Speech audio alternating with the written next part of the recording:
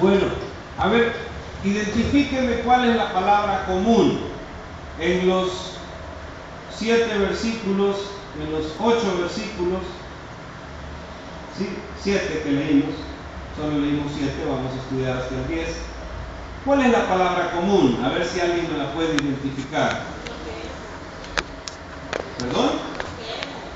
No, no. A ver, la palabra común, importante para la doctrina. Rápido, ahí. Vea y lea el texto, del 1 al 7. No. ¿Cerca? Comunión, koinonia. Esa es la palabra común. La palabra comunión del griego koinonia, literalmente tener en común, valga la redundancia, asociación, amistad, compartir, gozarse con la iglesia. Esa es la palabra comunión. No está hablando de Eucaristía, está hablando de comunión, de koinonia.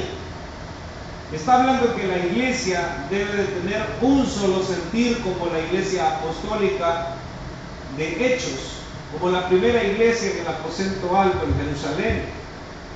Es que algunos pretenden saber más dentro de la iglesia. El gran problema cuando se pierde la comunión es que algunos pretenden saber mucho y tanto saben que ya no van a la iglesia. Hay personas a las que les sucede eso. El primer amor les arruina. Van y estudian teología, se preparan en las escuelas bíblicas, llegan a tener un conocimiento que les insulta congregarse, porque los pastores somos tan imperfectos y cometemos tantos errores según ellos, que ya ellos hacen su propia iglesia, hacen su propia vida cristiana. Hermano, la iglesia no solo es el venir a escuchar la palabra. La iglesia es la comunión entre los hermanos. La iglesia es crecer en armonía.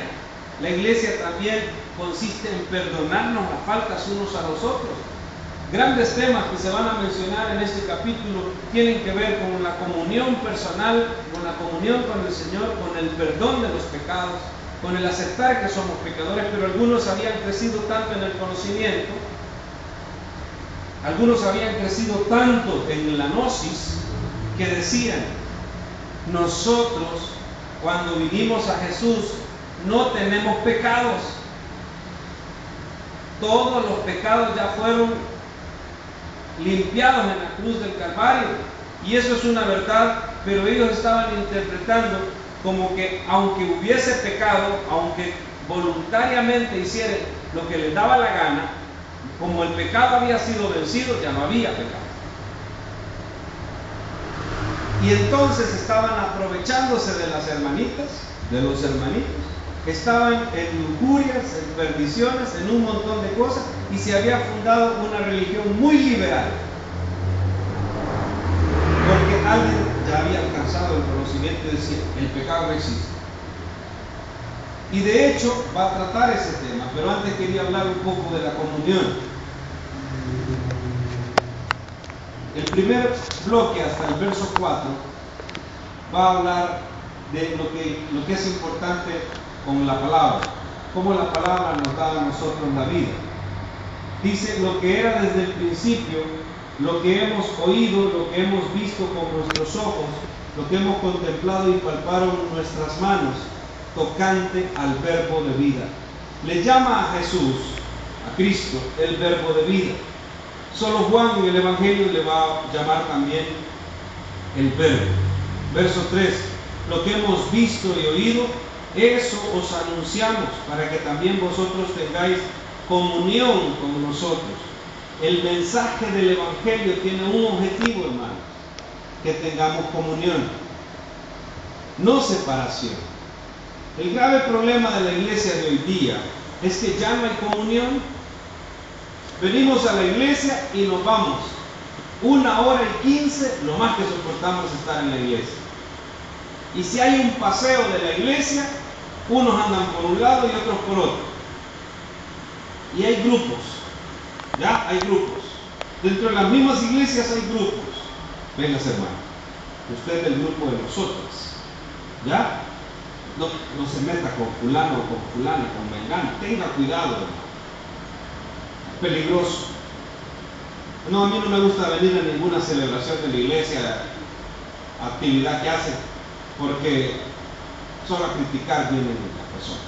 Y entonces empezamos a tener ese problema de crítica y separación, hay problemas y divisiones, ¿verdad? Si le van a hacer un baby shower al nieto, a la nieta, perdón, nieta, eso es cierto, ya, a la niña, ya, ay no, ya, cosas no voy, porque hay que llevar regalo, y lo andan juzgando a uno. ¿Qué significa eso, hermano? Que no hay comunión. Que el momento de compartir unos frijolitos con un platanito se convierte en una crisis. ¿Con qué aceite hicieron esos plátanos? Los frijoles no los curaron con ajo, ¿verdad? Como yo lo hubiera hecho mejor. Yo hubiera hecho mejor esos frijoles con ajo, curaditos. Entonces, un momento de compartir una comida se convierte en un conflicto. En un conflicto.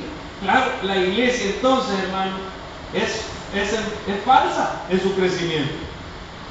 Porque el Señor siempre pretendió esto, que la iglesia estuviera en armonía. El Señor Jesús un día dice, mire, traiga su ofrenda, pero si usted está en conflicto con su hermano, si usted está en problema con su hermano, vaya y reconcíliese con su hermano y luego presente la ofrenda. ¿Y cómo podemos tener comunión con Dios si no tenemos comunión con nuestros hermanos? ¿Es posible eso, hermano? Debe de haber comunión con nosotros para que nuestra comunión verdaderamente sea con el Padre y con el Hijo. Algunos errores de traducción en la conjugación de los verbos. Para que haya verdadera comunión con el Padre y con el Hijo, debe de haber comunión también entre nosotros.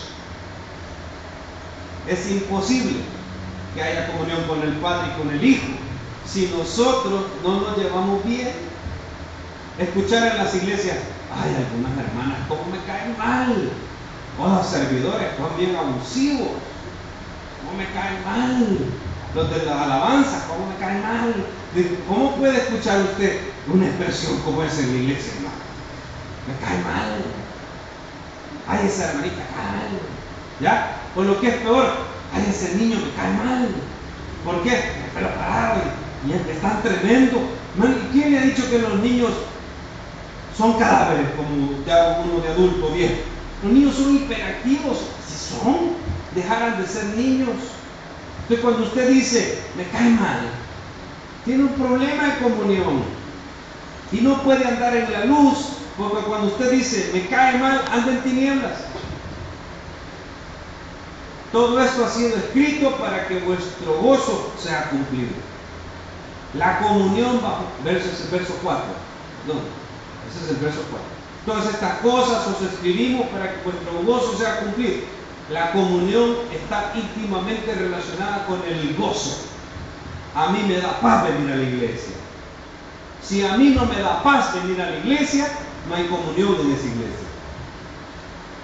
Y la iglesia puede ser chiquita, mediana o grande, y si usted no tiene paz, hermano, no hay comunión en esa iglesia. Y si no hay comunión, no hay comunión con el Padre. Es falso todo. Todo es mentira lo que ahí sucede. Por eso les invito y les exhorto a que tengamos comunión entre nosotros.